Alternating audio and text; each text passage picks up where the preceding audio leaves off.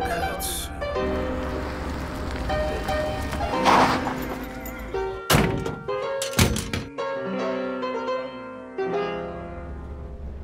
Ops, forse è stato uno sbaglio. Cosa è stato uno sbaglio?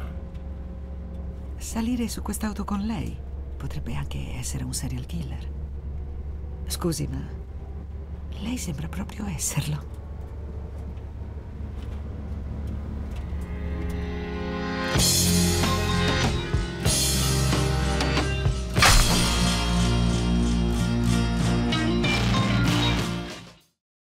The film pushes the public's comfort and tolerance levels. How far did you push the character you played, and what point did you stop in regard to your level of tolerance? I mean, the film, you know, from the very beginning, the script, I mean, it was the way the script was written. So there were some scenes in the film that I really struggled with. And from the very beginning, honestly, I felt like I wasn't sure that I wanted to do the film. I was, in fact, I wanted to work with Lars, because I liked him very much, but in terms of the character, I was afraid that it was risky. I just wasn't sure how I felt, you know, about that. And I guess that's maybe a normal reaction, you know, to playing somebody so dark. But I'm glad that I made the film, because I think the thing that attracted me to it was the process. In a funny way, more than the content, you know, the style and the way in which we worked, you know, was something that I was interested in doing.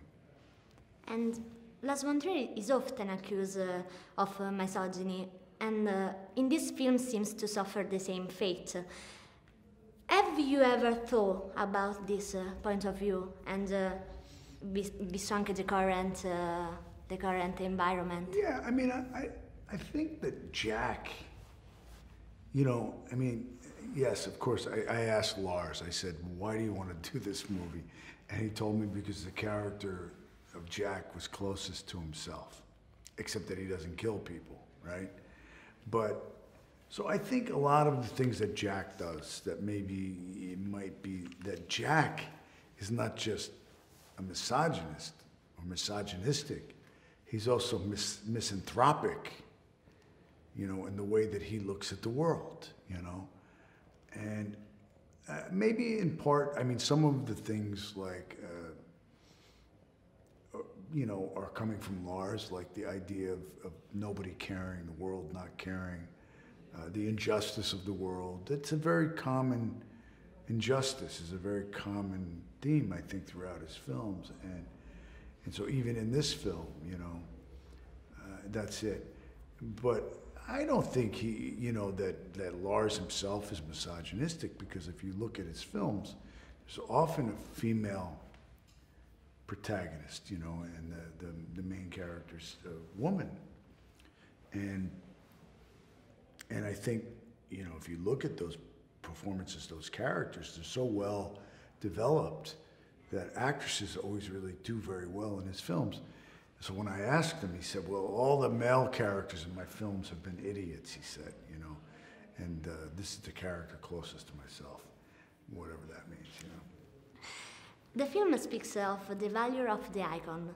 So, what the best icon that represents this movie? The icon of heart, or maybe the evil icon? You know, some of these questions, honestly, about icons and things like that are really questions for the director. And so, you know, for me to talk about the icons that Jack talks about, in a way, there's more intellectual ideas that are maybe coming from the director. I think the icons, it's a funny thing because that is the thing that's going on through Jack's mind.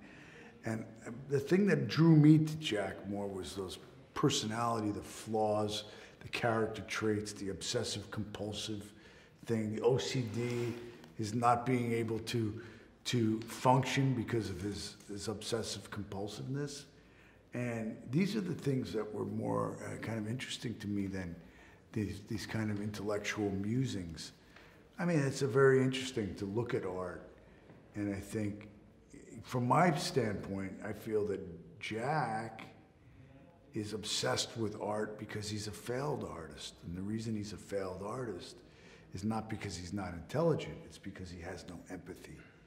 So of course he can't get out of his own way. And that's my feeling about it. But...